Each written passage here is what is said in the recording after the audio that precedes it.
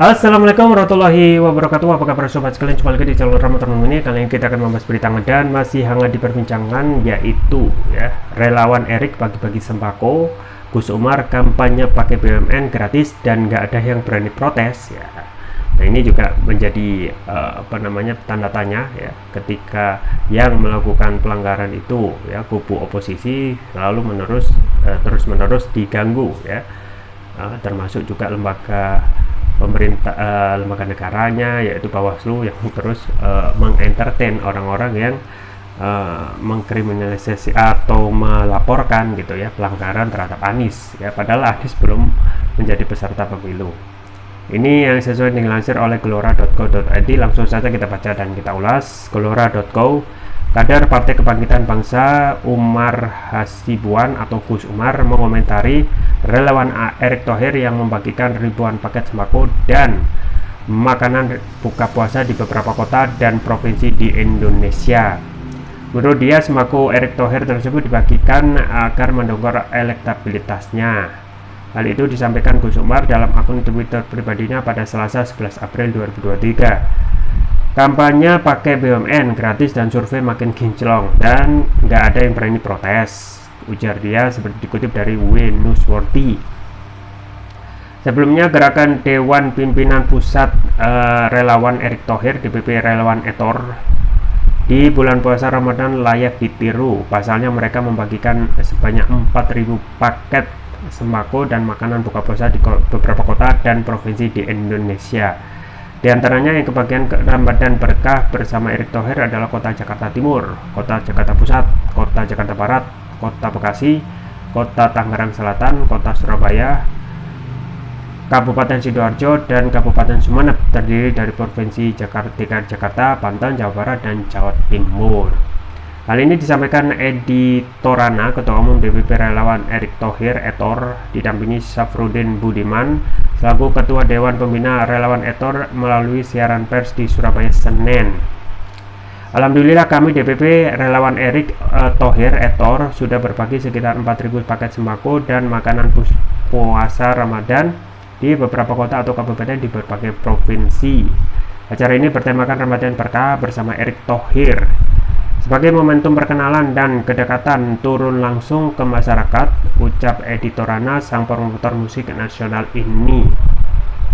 Menurut Edi, barang-barang yang diberikan kepada kelompok masyarakat terdiri dari paket sembako, kue-kue lebaran, makanan buka puasa, dan takjil.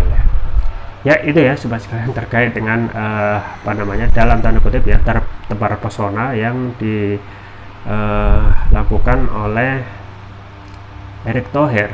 Ya, karena paket sembakonya gambarnya Erick Thohir, dan tentu saja ini adalah ya sudah terjadi konflik kepentingan yang terjadi ya. Erick Thohir sebagai pejabat publik ya, Menteri BUMN sekaligus Ketua PSSI ya.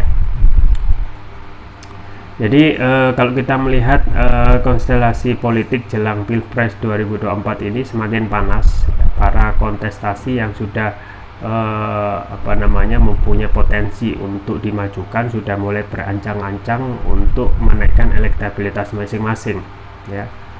Juga pernah ada pemberitaan ya, Erick Thohir ya diminta untuk tebar persona ya. Artinya memang saat ini pencitraan itu akan terus-menerus dijadikan sebagai sarana gitu ya untuk mensosialisasikan dirinya, entah itu melanggar atau tidak. Nah, sayangnya kita ketahui Erick Thohir sebagai menteri ya BUMN juga sebagai ketua PSSI ini pelanggaran gitu ya, karena aturannya tentang rangkap jabatan yang itu sudah ada aturannya dilanggar ya. Jadi bagaimana kita itu melihat aturan gitu ya, aturan itu apakah untuk dilanggar atau untuk ditaati. Nah, sayangnya pelanggaran ini tidak pernah ada yang bisa menyentuh ketika yang melakukan itu adalah kekuasaan. Maka wajar gitu ya yang ketika negara itu nggak maju-maju ya cepat hancur gitu ya. Pertama, hukumnya tidak jalan. Hukum itu terkait juga aturan yang diskriminatif ya, tajam ke bawah tumpul ke atas ya, kan gitu.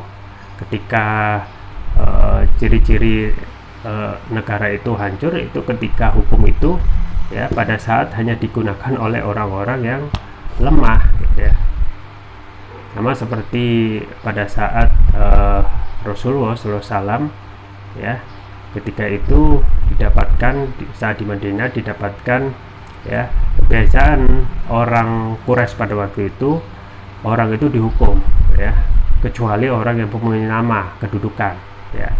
Ada yang namanya Fatimah ya, bukan Fatimah anaknya Nabi, tetapi Fatimah dari anaknya kepala suku ya, mencuri gitu ya. Nah, di situ semuanya sudah menyiratkan bahwasanya ini nggak boleh dihukum ya, karena dia mempunyai kedudukan. Maka bagaimana untuk melobi Nabi ya, diutuslah Usama bin Zaid ya, sahabat yang anaknya Zaid bin Harisa yang sangat dicintai oleh Nabi. Kemudian di lobi, ya Rasulullah ya, ini ada orang dari suku ya yang mempunyai kedudukan mencuri, boleh nggak kalau nggak dihukum ya. Setelah itu Nabi diam, langsung berdiri ke atas mimbar mengatakan, telah sampai kepada kami ada orang yang mempunyai kedudukan mencuri ya, nggak mau dihukum ya. Ketahuilah, jangankan Fatimah yang ini, Fatimah yang mencuri, anak kepala suku yang tadi mempunyai kedudukan tidak mau dihukum, jangankan Fatimah ini, Fatimah binti Muhammad kalau mencuri akan saya potong tangannya ya. Dan ya hukum tegak ketika benar-benar adil ya, tetapi akan hancur ketika hukum itu atau aturan itu hanya dipakai ataupun dijalankan untuk orang-orang yang tidak mempunyai ya kekuatan atau orang lemah ya. Apalagi hukum kita itu sudah amburadul gitu ya, sudah dimasuki praktek KKN, korupsi, kolusi, nepotisme ya, semuanya sudah bisa dibayar, bisa diduitin ya. Bahkan marwah penegak hukum sekarang juga menjadi pertanyaan apakah masih bisa dipercaya, termasuk juga marwah belakangan ini tentang marwah KPK yang sudah tidak ada marwahnya sama sekali ketika setelah ada undang-undang pelemahan KPK ya, terjadi pada masa pemerintahan Presiden Jokowi, suka atau tidak suka ya. Maka banyak juga yang ex KPK itu yang demo ya agar pimpinan KPK saat ini yaitu Firly Bahuri agar segera dicopot ya. Banyak sekali permasalahan ya. Jadi KPK yang kita anggap bisa diandalkan justru belakangan ini justru banyak sekali problem ya. Dan operasi tangkap tangan OTT itu terkesan hanya sebagai formalitas semata ya, tetapi permasalahan KPK internal di dalam, termasuk juga pelanggaran para pimpinannya juga luar biasa ya, yang tidak mungkin bisa ditutupi hanya dengan operasi tangkap tangan untuk memperbaiki citra. Nah, saat ini memang marak gitu ya tebar pesona yang sudah diorkestrasi oleh istana agar Erick Thohir itu bisa naik ya melalui jabatan PSSI gitu ya, dan itu tentu saja menyasar generasi milenial ya, yang itu juga menjadi sasaran empuk untuk menaikkan elektabilitas Erick Thohir ya. Meskipun saat ini masih hanya memasuki soft sebagai cawapres ya, tetapi ini akan terus bergerilya ya tentu saja sampai jelang nanti pendaftaran baca pres ya, Pilpres 2024 Oktober 2023 ya. Setiap waktu itu akan dipakai, termasuk juga fasilitas negara gitu ya. Ini yang juga kita khawatirkan ya.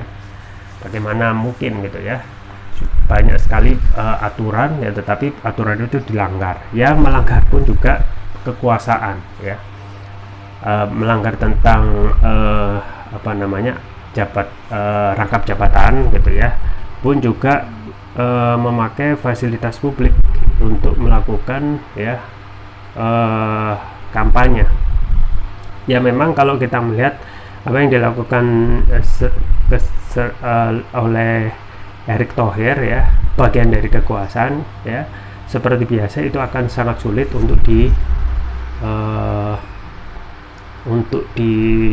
dipegang ataupun untuk ditangani oleh lembaga pemerintahan juga, lembaga negara juga seperti Bawaslu ya, yang saat ini memang tidak bisa diandalkan ya kenetralitasannya ya.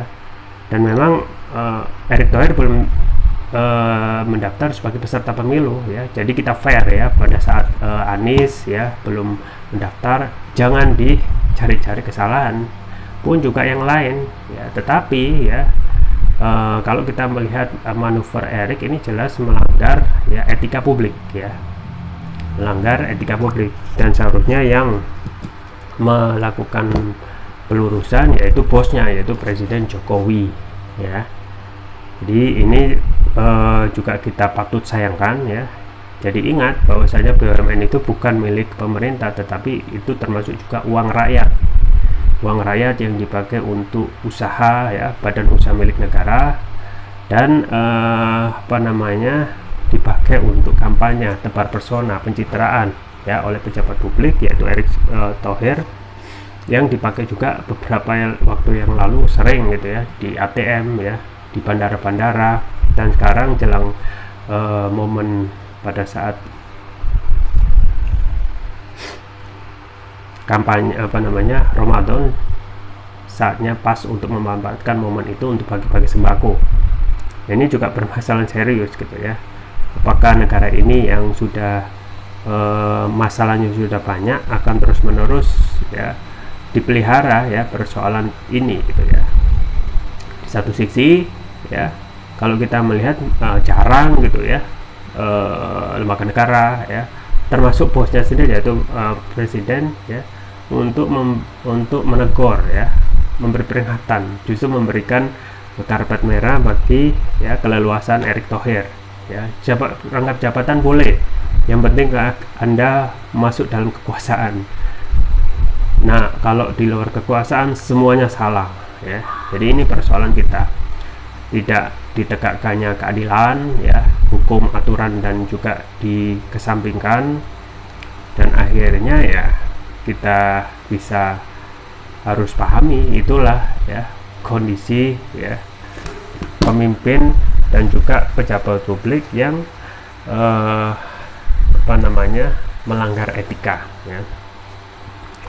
Nah, kalau kita melihat pemanfaatan fasilitas publik ini jelas melanggar gitu ya, melanggar konflik kepentingan gitu ya. Banyak juga yang disampaikan oleh Mahfud MD pada saat RDP. Jadi jabatan publik itu ya, misalnya DPR itu hanya sebagai kunci untuk memberikan akses ya, memajukan usaha mereka ya. Misalnya ketua DPR itu hanya sebagai pijakan ya, untuk memberikan kemudahan, bahkan untuk meningkatkan bisnis anggota DPR tersebut ya.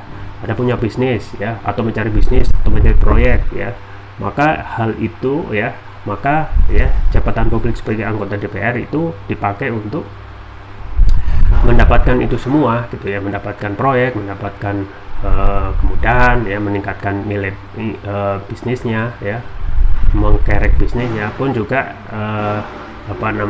Erick Thohir yang saat ini sudah kalau kita melihat harta kekayaannya juga luar biasa fantastis gitu ya. Nah, sekarang juga melakukan pelanggaran ya. Yang menjadi pertanyaan adalah, ketika sebelum menjabat saja sudah melakukan banyak sekali pelanggaran ya, bagaimana nanti rupanya ketika ya sudah menjabat gitu ya, apakah bisa dipegang ya kredibilitasnya ya, apakah pejabat yang sudah melanggar sebelum menjabat ini akan bisa dipegang integritasnya gitu ya. Karena sedari awal sudah melanggar, sudah pun juga kekuasaan juga mengamini ya. Maka ini yang pertama, ini juga aneh juga ya, masih ada juga orang yang menganggap ini benar, bahkan mendukung ya. Bahkan ketika nanti saatnya ketika Erick Thohir itu dimajukan sebagai bacawa pres, itu pendukungnya banyak ya. Apakah tidak melihat adanya konflik kepentingan ya? apakah tidak melihat banyak pelanggaran. Nah, sekarang aja sudah banyak melanggar, apalagi nanti ketika sudah akan menjabat ya, atau sudah dimajukan, bahkan nanti kalau sudah menang gitu ya, pelanggarannya bisa dibayangkan gitu ya. Ya, kita tunggu saja ke depan tentang sikap seharusnya Erick Thohir sendiri dan juga pimpinannya yaitu Presiden Jokowi, yang harusnya bisa menegur ya Erick Thohir untuk tidak memanfaatkan fasilitas negara ya, state facilities, untuk mendongkrak elektabilitasnya, karena itu benar-benar melanggar aturan. Itu saja yang bisa saya sampaikan, semoga bermanfaat. Jangan lupa like, share, dan subscribe. Sampai jumpa lagi. Wassalamualaikum warahmatullahi wabarakatuh.